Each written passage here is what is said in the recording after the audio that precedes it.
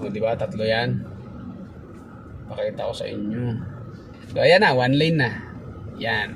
Pagdating dito, naghalo-halo na. Bigayan talaga. Kailangan bigayan. Kasi kapag hindi bigayan, naku po, magdadamutan.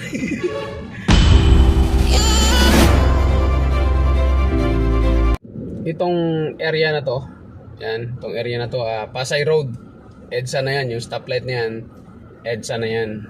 So, pag tumawid ka dyan, gate na ng Dasmariñas Village yan. Okay, so dito talaga yung area na to, pinakamatagal talaga dito. Dahil, yung pagkumanan tayo dyan, yung ano natin dyan, yung daanan ng mga sasakyan dyan is one lane na lang. One lane. Kaya barado talaga dito lagi. Lalo na pagka rush hour, nako po, weekdays, Monday to Friday. Sigurado yan. Grabing traffic dito lagi sa Pasay Road. Pasay Road or Arnaiz Avenue. Papuntang EDSA. Yan. Grabe talaga. Sobrang bagal, sobrang tagal. Tindi talaga dito. Shout out sa mga dumadaan dito, sa mga tropa natin, mga tigasing driver dyan, no? Sila Edgar Neo, yun. Shout out. Sila ni Rene Andico, shout out. Boss Robert, no? Si Boss Robert paring Ontoy. Yan. Dito talaga yung kanan tayo dito, tinan mo. Linggo ngayon, ha. Araw ng linggo ngayon. Pero tingnan nyo to. Sistema dito. Ayan, traffic.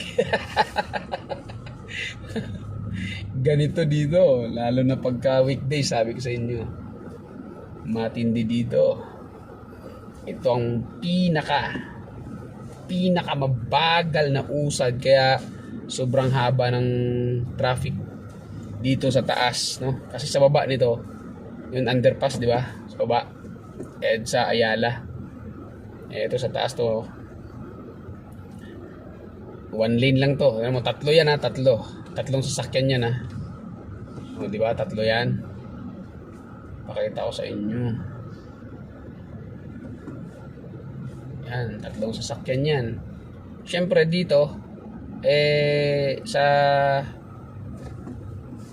tagal na rin ng ganitong sistema dito, isang beses pa lang ako nataon na may nakita ako ditong nagkasabitan kasi nga hindi nagkabigayan. So kailangan dito bigayan, kasi ang 3 lane na yun kanina, tatlo kanina, ito na unti-unti na siyang nag-iisa.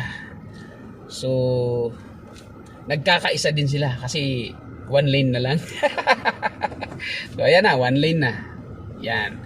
Ganito katindi dito, kaya kung bakit super traffic yung area na to kapag weekdays, dahil dito one lane na lang pagdating dito.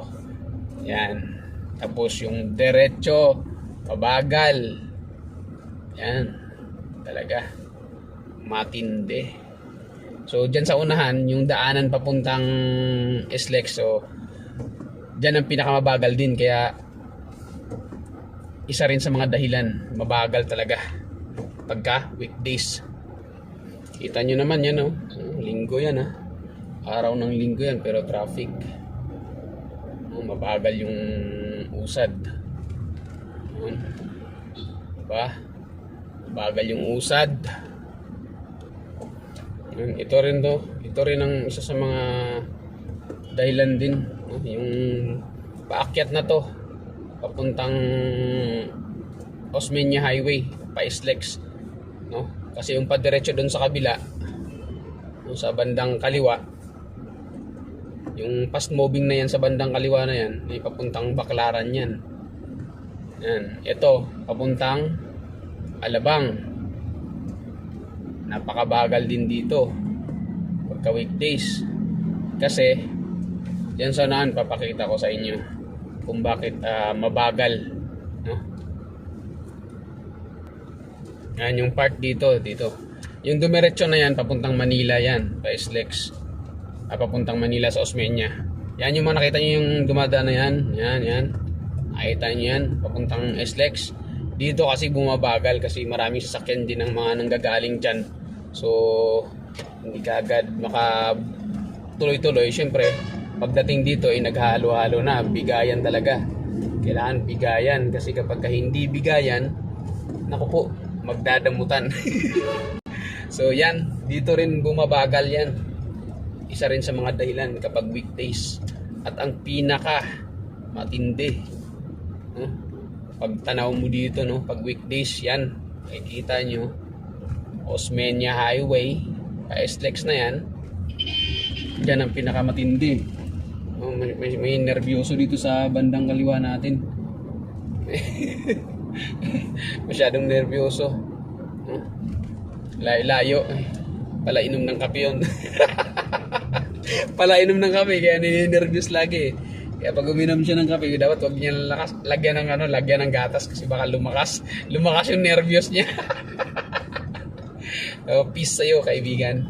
So ayan, mga katigasin, at papasok na tayo dito sa village. Kasi iniwan ko lang yung bus ko dun sa may Greenbelt. At sige po, pasok ka na. At susunduin ko lang yung asawa ng bus ko. Susunduin ko lang. At magdi-dinner daw sila dyan sa Greenbelt. So medyo gagabihin na naman tayo ng Bagya ngayong linggo. Kasi kahapon, day off ko kahapon. Kaso lang ang problema, pinapasok ako. Mga shoutout sa mga tropa natin dyan. Shoutout. Mga tropa natin, mga guard dito. Siyempre, mga karamihan dyan, mga Ilonggo, mga kababayan. Shoutout sa inyo. Ayun nga, kahapon kasi, no, day off ko kahapon, Sabado. Ang problema, pinapasok ako ng bus ko. So pumasok ako mga alas 3:30 ako umalis dun sa amin. So may dinaanan pa ako at dumating ako dito ng alas 5:30. So medyo nag-ano lang tayo ng konti, nagbihis kaagad at mga bandang alas 6 umalis na naman kami ng bus namin, no, kahapon.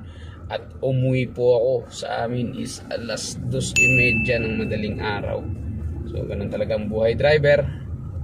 Talaga maiwasan na gagabihin kasi ito yung profession natin.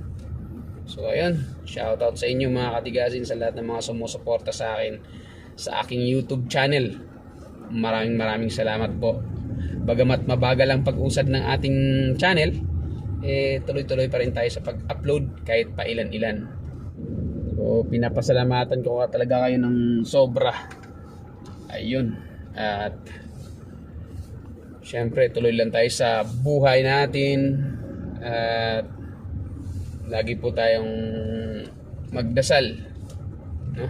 Manalig po tayo sa Kanya para safe tayo sa araw-araw. Isang magandang regalo na po yun, no? Yung safe ka sa araw-araw mo na biyahe, na iningatan ka talaga ni Heavenly Father and Jesus Christ, na safe ka sa araw-araw. Yan. Shoutout sa inyo lahat. Peace.